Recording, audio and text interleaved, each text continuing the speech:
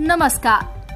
राजस्थान के शाम तक की 10 फटाफट बड़ी खबरों में आपका स्वागत है।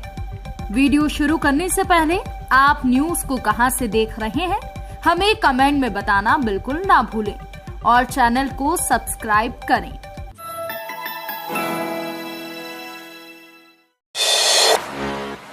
किसानों के लिए खुशखबरी, यहां खुलेगी राजस्थान की पहली किसान पाठशाला, सिखाए जाएंगे इनकम बढ़ाने के तरीके।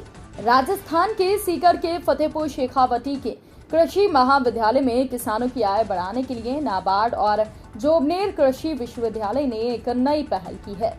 इसको लेकर फतेहपुर कृषि अनुसंधान केंद्र में किसान पाठशाला बनाई जाएगी। इसमें किसानों को कम पानी और कम जमीन में खेती करने की नवीनतम तकनीक सिखाई जाएगी। कृषि संबंधित नवाचार भी यहां पर किए जाएंगे। खेतों के घटते आकार और कम होते भूजल स्तर की वजह से फसलों की पैदावार कम हो रही है। इस समस्या का समाधान तलाशने और किसानों की आय बढ़ाने के मकसद नाबार्ड और जोबनेर कृषि विश्वविद्यालय ने ये पहल की है। इन दोनों संस्थानों के सहयोग से फतेहपुर कृषि अनुसंधान केंद्र पर राजस्थान में प्रदेश की पहली किसान पाठशाला शुरू होगी। राजस्थान की जनता को सीएम अशोक गहलोत का बड़ा गिफ्ट, हजारों छात्रों को होगा लाभ। मुख्यमंत्री अशोक गहलोत की अध्यक्षता में गुरुवार को फिनटेक डिजिटल विश्वविद्यालय जोधपुर की समीक्षा बैठक आयोजित हुई। इसमें मुख्यमंत्री ने जोधपुर में Rajiv Gandhi fintech digital institute की स्थापना के लिए 672 करोड़ रुपए की संशोधित राशि को मंजूरी दी है। ये संस्थान जोधपुर में 66 बीघा भूमि में स्थापित किया जाएगा। इस संस्थान को स्टेट ऑफ द आर्ट के रूप में विकसित किया जाएगा। संस्थान का परिसर शून्य अपशिष्ट, शून्य बिजली और शून्य पानी के साथ नेट जीरो कैंपस होगा। ये भवन पर्यावरण हितैषी भवन होगा और राजस्थान में ये अपनी तरह का पहला भवन होगा। राजस्थान में निकली लैब असिस्टेंट की बम्पर भर्तियों के लिए आवेदन का आखिरी मौका कल। राजस्थान कर्मचारी चयन आयोग ने कुछ समय पहले लैब असिस्टेंट के पदों पर बम्पर भर्ती निकाली थी। इन पदों पर आवेदन की प्रक्रिया काफी समय से चल रही है। अब इनके लिए अप्लाई करने की लास्ट डेट भी आ गई है। इसलिए योग्य और इच्छुक उम्मीदवार होने के बावजूद अगर आप किसी तरह अप्लाई ना कर पाए हों तो आप अब RSM SSB लैब असिस्टेंट पदों के लिए अप्लाई कर सकते हैं। इसकी लास्ट डेट कल यानी 23 अप्रैल 2022 है। आपको बता दें कि राजस्थान के लैब असिस्टेंट पदों पर केवल ऑनलाइन अप्लाई किया जा सकता है। इसके लिए आपको आधिकारिक वेबसाइट पर जाना होगा जिसका पता है rsmssb.rajasthan.gov.in। राजस्थान बनेगा इलेक्ट्रिक व्हीकल का हब, स्पेशल ईवी जोन में 9 कंपनियों को मिली जमीनें। राजस्थान जल्द ही इलेक्ट्रिक व्हीकल में भारत का सबसे बड़ा हब बनने जा रहा है। राष्ट्रीय राजधानी क्षेत्र में शामिल भिवाड़ी के करौली स्पेशल जोन में ईवी और इससे पार्ट्स बनाने वाली 9 कंपनियां आ चुकी हैं। अब भिवाड़ी के साथ ही सलारपुर में 249.508 हेक्टेयर एरिया में अब तक का सबसे बड़ा ईवी स्पेशल जोन लॉन्च होने जा रहा है। इसमें हीरो इलेक्ट्रिक के साथ 5 बड़ी कंपनियां ईवी के प्लांट लगाने के लिए आगे आ चुकी हैं। इन कंपनियों के आगे आने से राजस्थान में 2 साल में ही 15 से 20 लाख ईवी 2 व्हीलर का उत्पादन सालाना शुरू हो जाएगा। जयपुर से शिरडी के लिए नई ट्रेन शुरू, ये रहेगा टाइम टेबल। शिरडी के लिए अब जयपुर के डेहर का बालाजी स्टेशन से साप्ताहिक स्पेशल ट्रेन संचालित होगी। रेल अधिकारियों के मुताबिक ये ट्रेन 22 अप्रैल से शुरू होगी। रेलवे ने साईनगर शिरडी डेहर का बालाजी साप्ताहिक ग्रीष्मकालीन सुपरफास्ट स्पेशल रेल सेवा 22 अप्रैल से 24 जून तक प्रत्येक शुक्रवार 10 फेरों के लिए शुरू की है। इससे यात्रियों को गर्मियों में यात्रा करना सुलभ और आसान होगा। ट्रेन जयपुर से शुक्रवार रात 9:20 पर रवाना होगी। अगले दिन शनिवार को रात 8:30 बजे साईनगर शिरडी पहुंचेगी। वापसी में ये ट्रेन 24 अप्रैल से 26 जून तक प्रत्येक रविवार सुबह 7:30 बजे रवाना होकर सोमवार सुबह 8:10 पर डेहर के बालाजी स्टेशन पर पहुंचेगी।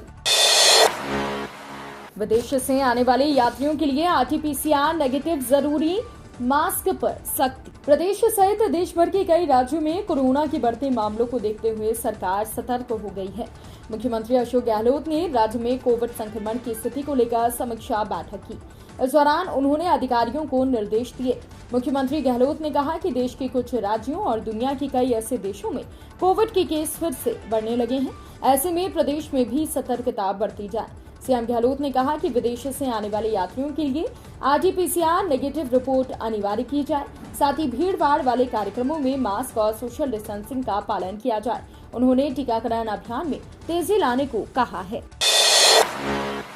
फ्री एडमिशन के लिए RTE के 2 मई से आवेदन। गरीब बच्चों के लिए प्राइवेट स्कूल की 1.25 लाख सीटों पर होंगे एडमिशन। फ्री और अनिवार्य बाल शिक्षा अधिनियम के तहत निजी स्कूलों में एडमिशन की प्रक्रिया 2 मई से शुरू होगी। प्राइमरी एजुकेशन डिपार्टमेंट की ओर से ऑनलाइन आवेदन के लिए 2 से 15 मई तक आवेदन मांगे हैं, जबकि 17 मई को प्राप्त होने वाले आवेदनों की लॉटरी निकालकर उनको प्रायोरिटी दी जाएगी। इस प्रक्रिया में प्रदेश में करीब 25,000 स्कूलों में 1.25 लाख से ज्यादा सीटों पर गरीब बच्चों को फ्री एडमिशन दिया जाएगा। RTE के तहत फर्स्ट क्लास में बच्चों को एडमिशन मिलेगा, जिनकी उम्र 5 से 7 साल के बीच होना चाहिए। इसके अलावा बर्थ सर्टिफिकेट और यहाँ के मूल निवासी के दस्तावेज भी लगाने होंगे। दिल्ली कैपिटल्स और राजस्थान रॉयल्स आज होंगे आमने सामने। कोरोना से जूझ रही दिल्ली कैपिटल्स की टीम आज IPL 2022 में राजस्थान रॉयल्स का सामना करने उतरेगी। दोनों ही टीमों ने अपने पिछले मैचों में जीत हासिल की है। राजस्थान रॉयल्स ने अपने पिछले मैच में KKR को 7 रन से मात दी थी। दिल्ली कैपिटल्स की बात करें तो कोरोना से जूझते हुए टीम ने पंजाब किंग्स को एक तरफा अंदाज में 9 विकेट से हराया था। वहीं आज दोनों टीमों के बीच ये मुकाबला वानखेड़े स्टेडियम में होगा। दिल्ली कैपिटल्स का इरादा 72 नेट रन रेट के साथ जीत दर्ज कर टॉप 4 के पास पहुंचना होगा। वहीं दूसरी तरफ राजस्थान रॉयल्स की टीम लगातार अंतिम 4 में बनी हुई है। राजस्थान में आज कहीं मौसम रहेगा साफ तो कहीं छाए रहेंगे बादल, जाने कहां हो सकती है बारिश। राजस्थान में पश्चिमी विक्षोभ के सक्रिय होने का असर गुरुवार को दिखा। इस दौरान सीकर, कोटा, चुरू, गंगानगर सहित कई जिलों में हल्की बारिश हुई। इसी बीच तापमान में 3 से 5 डिग्री सेल्सियस तक की गिरावट भी देखी गई। मौसम विभाग के मुताबिक शुक्रवार को भी राजस्थान के कई शहरों में मौसम इसी तरह बना रहेगा। मौसम विभाग के अनुसार अजमेर, अलवर, भरतपुर, दौसा, सीकर, झुंझुनू, सवाई माधोपुर के अलावा पश्चिमी राजस्थान की पाली, गंगानगर, चुरू, जोधपुर, बीकानेर में बादल छाए रहेंगे। कुछ क्षेत्रों में हल्की बारिश के आसार है, वहीं तेज गति से हवा भी चल सकती है। राजस्थान में रोजाना औसत 7 करोड़ यूनिट बिजली खपत बढ़ी। राजस्थान में बिजली संकट लगातार बढ़ता जा रहा है। प्रदेश में बिजली की डेली खपत बढ़कर 27 करोड़ यूनिट प्रतिदिन के पार पहुंच चुकी है, जबकि पिछले साल बिजली की रोजाना औसत खपत 19 करोड़ 90 लाख यूनिट थी। यानी कि 7 करोड़ 10 लाख यूनिट बिजली की डिमांड पिछले साल के मुकाबले बढ़ी है। शॉर्ट टर्म टेंडरिंग और एक्सचेंज से बिजली की महंगी रेट पर खरीद के बावजूद बिजली की किल्लत हो रही है।